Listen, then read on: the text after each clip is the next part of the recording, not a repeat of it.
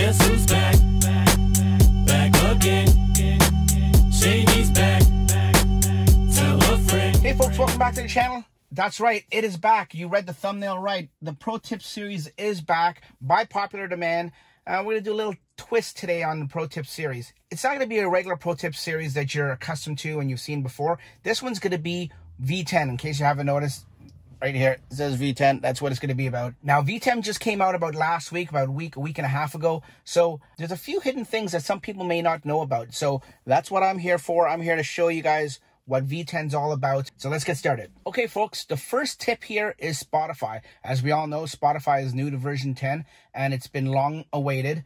People have been asking for Spotify for a long time, folks, and it's finally here. Anyways, let's compare Spotify to what we used to have before, which was Slacker Radio, which we, Tesla still puts it in here. It's right over here. This is Slacker.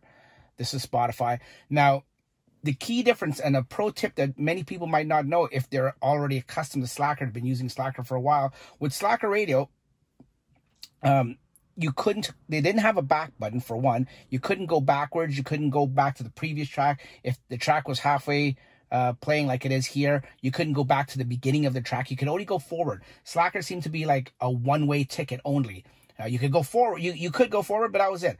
Now with Spotify, you can manipulate the track completely. If you want to go back to the beginning a little bit, if you wanted to go forward to near the end, somewhere in the middle, if you had a favorite part in a song that you wanted, you could even go to the very beginning by just going back. And you know what? If you wanted to hear the last song because you liked it so much, you can go back, press it twice, goes back to the next song. And then you want to go to the forward song, go forward to the next song. So you can manipulate the music a lot more with Spotify than you could with Slacker Radio. With Slacker, if we were to play a song, say here on Slacker, as you can see, it's playing, but you can't manipulate it. You can see the little progress bar there. There's no dot. You can't pull it. You can't slide it back and forth. There's no even back button. There's only a forward button, just like I said. So Spotify is a lot more intuitive, as you can see, and a lot more manageable and manipulable, if that's a word. You can manipulate it more. That's what I mean. So that's your first pro tip. Let's move on to the next ones. Hey folks, let me turn this down and show you. You know what? There you go. Another V10 tip here. We're in the YouTube app or screen here, and you're watching a YouTube video. I'm playing this one not because I'm vain, but because I don't want to get a copyright infringements if I was playing other people's videos. Trust me, I don't like to see my own videos. So, but here's a tip. I don't have it in full screen. We all know we can go into full screen, but if we come out of the full screen and we come down here, this little icon down here, that is the mini player. If you click on mini player, what it does, it brings the video, puts it down here. Now, this is like good for if you just want to listen to a video and you don't need to actually watch it. While you're looking for another video, you can navigate and everything, go to the home screen. You go to the subscriptions, all that kind of stuff while the video is still playing down there. I have it muted, so you can actually hear the sound and everything. So that's the mini player. This mini player works the exact same as if you were watching it on a computer or on your phone or stuff like that. The mini player works the exact same.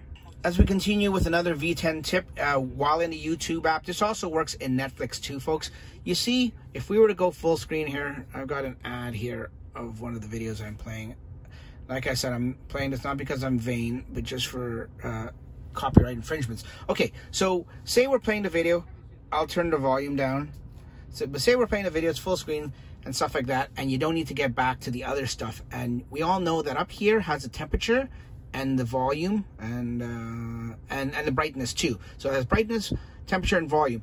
Now, as we all know, you can click on it, and a little slider bar comes up here, and we can increase the temperature here.